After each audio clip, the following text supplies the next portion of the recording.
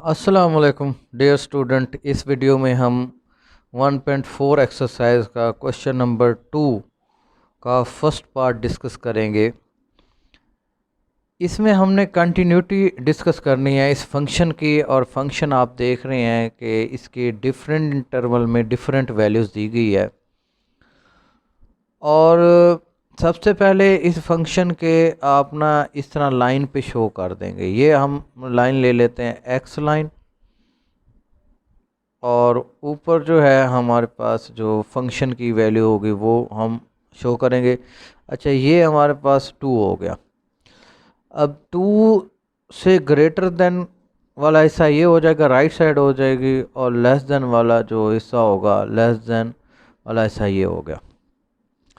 अब less than में जो फंक्शन की वैल्यू है हमारे पास, फंक्शन की जो वैल्यू है वो है 2x+5। ग्रेटर देन में हमारे पास जो फंक्शन की वैल्यू है वो है 4x+1। और 2 के एग्जैक्टली 2 पर फंक्शन की वैल्यू जो हमें है हमारे पास है वो है 2x+5, क्योंकि आप देख रहे हैं इक्वलिटी आपके पास यहाँ है, यहाँ नहीं है, तो फंक्शन की वैल्यू 2 पर 2x+5 हो गई। तो इस तरह जो है आपने ये लाइन लेके, एक्स लाइन लेके, उसके ऊपर जो फंक्शंस की वैल्यू हैं वो आपने ऊपर शो कर देनी है। ये हमारे पास लेफ़्ट साइड हो गई और ये हमारे पास राइट साइड हो गई। तो अब आपको पता है कि किसी भी फंक्शन की कंटिन्यूटी चेक करने के लिए अगर आप सी पर चेक कर रहे हैं, पहली कंडीशन ये होती है कि सी पर फंक्शन की वैल्यू जो हो वो डिफ़ाइन हो, पहली कंडीशन। दूसरी कंडीशन ये थी कि उसकी सी पर जो लिमिट हम निकालते हैं वो एग्जिस्ट करे। और तीसरी कंडीशन ये है कि फंक्शन की वैल्यू सी पर और सी पर उसकी जो लिमिट है वो दोनों इक्वल आने चाहिए। ये अगर 3 कंडीशन सेटिस्फाई हो जाती हैं तो फंक्शन कंटिन्यूस होता है। तो लास्ट टाइम जो हमने एग्जांपल देखे थे, जिन कुछ फंक्शंस को कंटिन्यू प्रूव किया था, उसमें हमारे पास फंक्शन की वैल्यूज़ इस तरह नहीं दी हुई थी, वो थोड़ा सिंपल केस था। इसमें थोड़ा सा समझने वाली बात है कि ये मुख्तलिफ, ये एक और इंटरवल है, ये एक और इंटरवल है, इस इंटरवल में वैल्यू और है और इस इंटरवल में वैल्यू और है, डिफरेंट वैल्यूज़ दी हुई हैं। तो पहली कंडीशन की तरफ आते हैं। सबसे पहले जो है हम फंक्शन में 2 पुट करेंगे, क्योंकि सी की वैल्यू 2 है।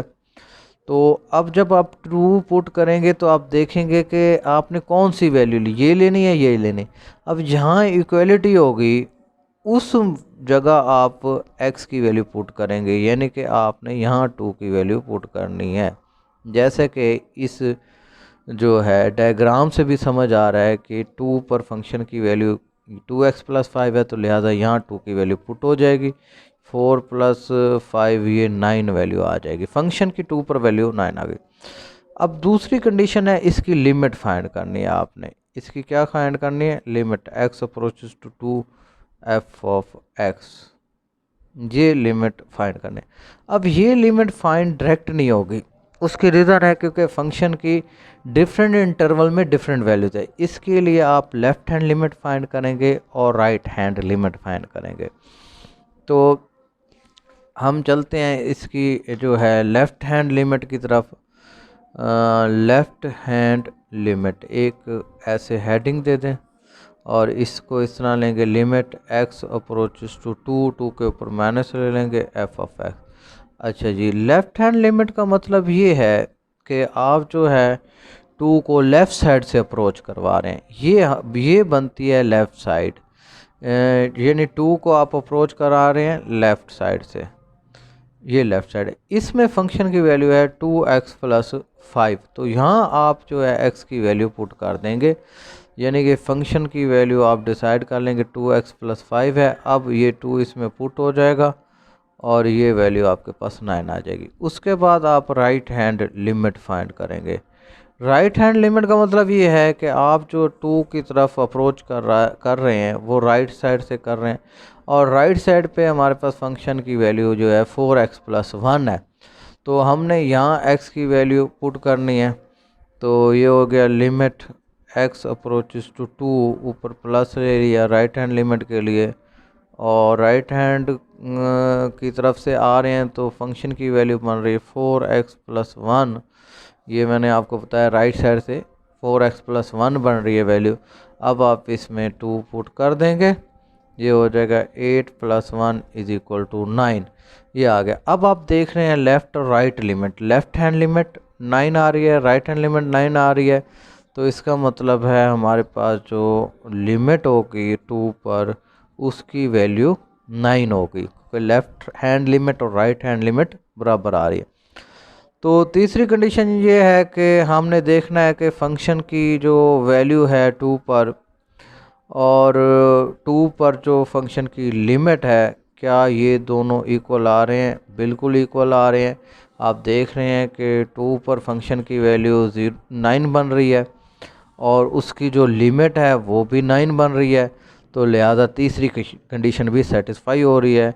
हम ये कह सकते हैं कि hence f of x is continuous, कि ये जो फंक्शन है ये कंटिन्यूस है एट x = 2, यानी कि ये 2 पर फंक्शन जो है कंटिन्यूस है। तो अब आपने इस तरह करना है कि जो क्वेश्चन नंबर 2 का सेकंड पार्ट है ये आपने करना है, क्वेश्चन नंबर 3 आपने करना है, और नेक्स्ट क्वेश्चन फिर मैं आपको करवाऊंगा। ये आपकी असाइनमेंट है, ये आपने करने हैं क्वेश्चन। उम्मीद करता हूँ आज का लेक्चर आपको समझ आया होगा। इसी के साथ इजाज़त चाहता हूँ। अल्लाह हाफिज़।